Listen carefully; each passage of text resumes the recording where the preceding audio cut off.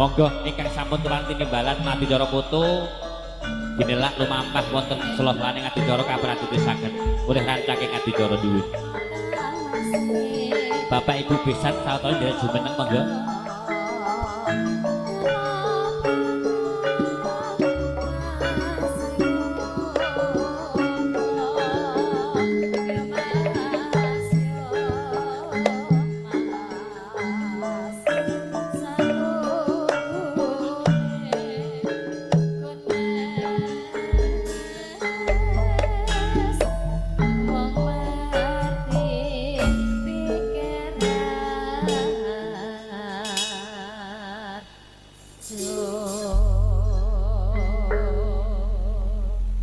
Assalamualaikum warahmatullahi wabarakatuh.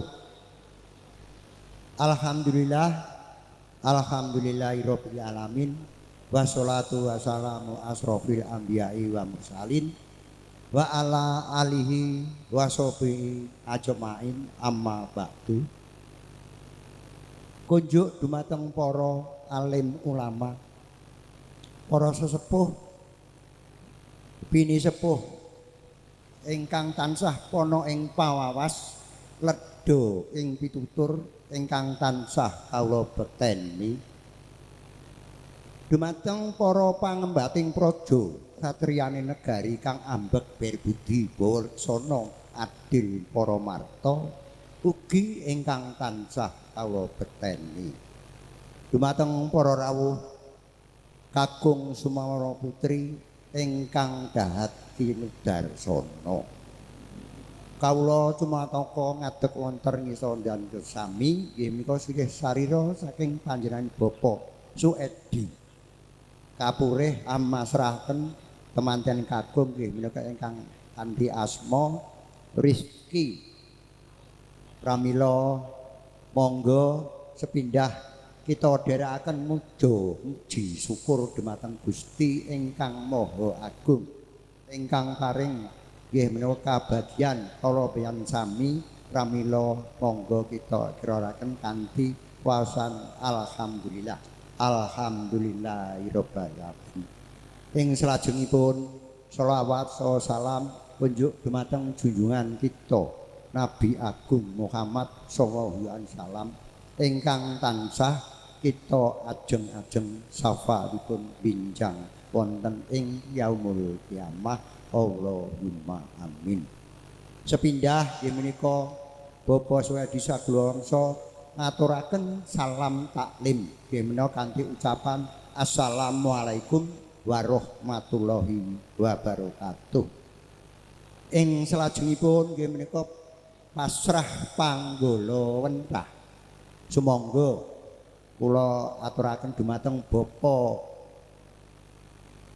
Sukarni Sagulawangsa nggih menika umum khususipun lan umumipun warga masyarakat pundi menika ngetas khusus umumipun ingkang monggo kula aturaken Bapak Sukarni anggenipun pasrah panggala wentah bimbing didik murih saipun sumangga kita nggih menika dhumateng Bapak Sukarni Sagulawangsa. Ing salajengipun menawi wonten ing genthong boten mungkin nggih. Pramila nggih menika kinten-kinten kemawon menawi wonten ing perantauan wonten Bali napa pundi semangga warga Getas niki kaliyan keluarga genthong memuji dhumateng Gusti ingkang Maha Agung dipun doaken mugi-mugi kanthi wonten ing perantauan manggiha kesaenan kabagian kanugrahan mboten wonten rubida lir ing sambikala menapa-menapa Allahumma amin.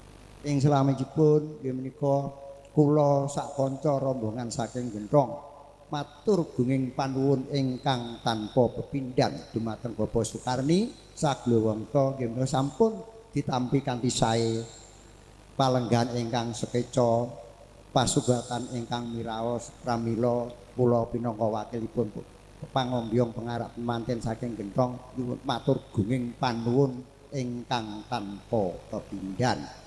Ing salajengipun kula pinangka wakil pangarak pangombyong saking genthong menawi to wonten solah bawa Muna muni ing sendinipun kirang nuju prana dumateng Bapak Sukarni kula pinaka wakil nyuwun sih agunging samudra pangasami ingkang sak kathah-kathahipun. Kula kinten mboten matur kathah-kathah nggih ngaten kangge kula matur menawi wonten galap gangsulipun anggo kula marak sowan lan Kyang Subasita anggen kula sowan wonten ingsun Bapak Sukarni nggih menika nyuwun sih agunging samudra pangasami ingkang sak kathah-kathahipun. Lan kala wau dipun weling kaliyan Bapak ingkang saking Gentong menika binjing jam 09.00 dintenipun temanten kalih dipun aturi nglarapaken dumateng Gentong. Katen nyatur kula kamanten akhirul kalam wassalamualaikum warahmatullahi wabarakatuh.